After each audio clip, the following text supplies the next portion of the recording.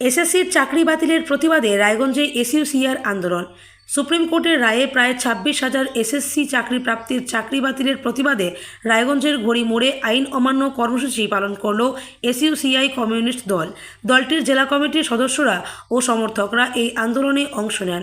কর্মসূচি চলাকালীন পুলিশের সঙ্গে বচসায় জড়িয়ে পড়েন আন্দোলনকারীরা। রাজ্য সরকারের ব্যর্থতার অভিযোগ তুলে বিক্ষোভ দেখান এসইউসিআই সদস্যরা। পরিস্থিতি নিয়ন্ত্রণে আনতে পুলিশ মোতায়েন করা হয়।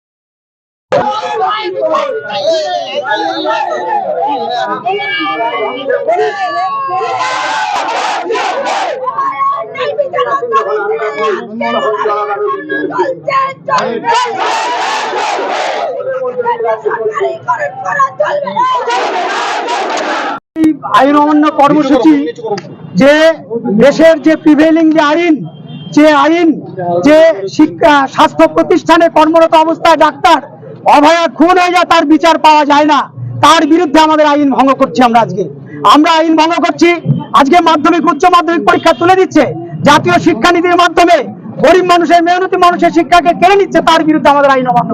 আজকে আমাদের আইন অমান্য ড্রাগ মদ এবং পাতার নেশায় ছাত্র যুব সমাজকে ধ্বংসের দিকে ঠেলে দিচ্ছে, তার বিরুদ্ধে আমাদের আজকে আইন অমান্য। আজকে আমাদের আইন অমান্য স্মার্ট মিটারের নাম করে স্মার্টলি লুটের বিদ্যুতের ক্ষেত্রে যে ব্যবস্থা করেছে, তার বিরুদ্ধে আমাদের আইন অমান্য।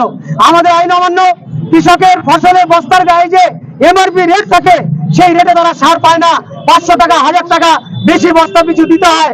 এর ফলে এই সারের কালোবাজারির বিরুদ্ধে এবং সারের এমএসপির দাবি, ফসলের এমএসপির দাবিতে আজকে আমাদের আইন অমান্য। আমাদের আইন অমান্য বারসই থেকে রায়গঞ্জ সড়ক পথ তা স্থাপন করতে হবে, কালিয়াগঞ্জ বুনিয়াদপুর এবং ডালকোলা রায়গঞ্জ রেলপথ স্থাপন করতে হবে, রায়গঞ্জে drainage system underground drainage system চালু করতে হবে এবং রায়গঞ্জে সমস্ত রাস্তাগুলি ভাঙাচোরা অবস্থায় আছে, রাস্তা সারাই ব্যবস্থা করতে হবে। বলপুকুরে কলেজ এবং সমস্ত ব্লক হাসপাতালগুলোতে ডাক্তার নেই, 24 ঘন্টা পরিষেবা পায় না, তার বিরুদ্ধে আমাদের আইন অমান্য। কিন্তু আপনাদেরকে আটকে দেওয়া হলো তো। হ্যাঁ, আমাদের যে আইন আমাদের রক্ষা করতে পারে না, সেই আইন একটা ন্যায্য দাবিতে আইন যে আন্দোলন, সেই আন্দোলন তারা আটকে দেওয়ার ক্ষমতা তারা রাখে।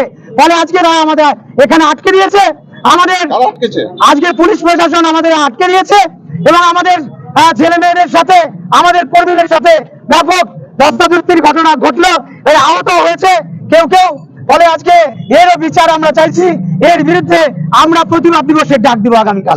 চাকরি বাতিল হলো, এই যে হচ্ছে তাদের অন্যায় অবিচার দুর্নীতির মধ্য দিয়ে নিয়োগ করে যেমন বাতিল হচ্ছে, এই স্কুলগুলোতে শিক্ষকহীন অবস্থায় স্কুলগুলো তুলে দেওয়া, এই দুটোই হচ্ছে পরিকল্পনা।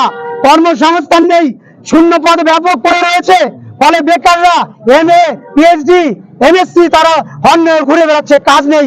এই কর্মসংস্থানের দাবি তো আমাদের লড়াই, এবং তাদের দুর্নীতির জন্য হাজার হাজার ছেলে মেয়ের যারা আজকে প্রকৃত যারা মেধা, তারাও আজকে তাদের চাকরি বাতিল হলো, এর বিরুদ্ধে আমাদের আন্দোলন চলবে। মেধা যোগ্যদের চাকরি বহাল রাখতে হবে, অযোগ্যদের তারা আইডেন্টিফাই করে তাদেরটা বাতিল করলে আমাদের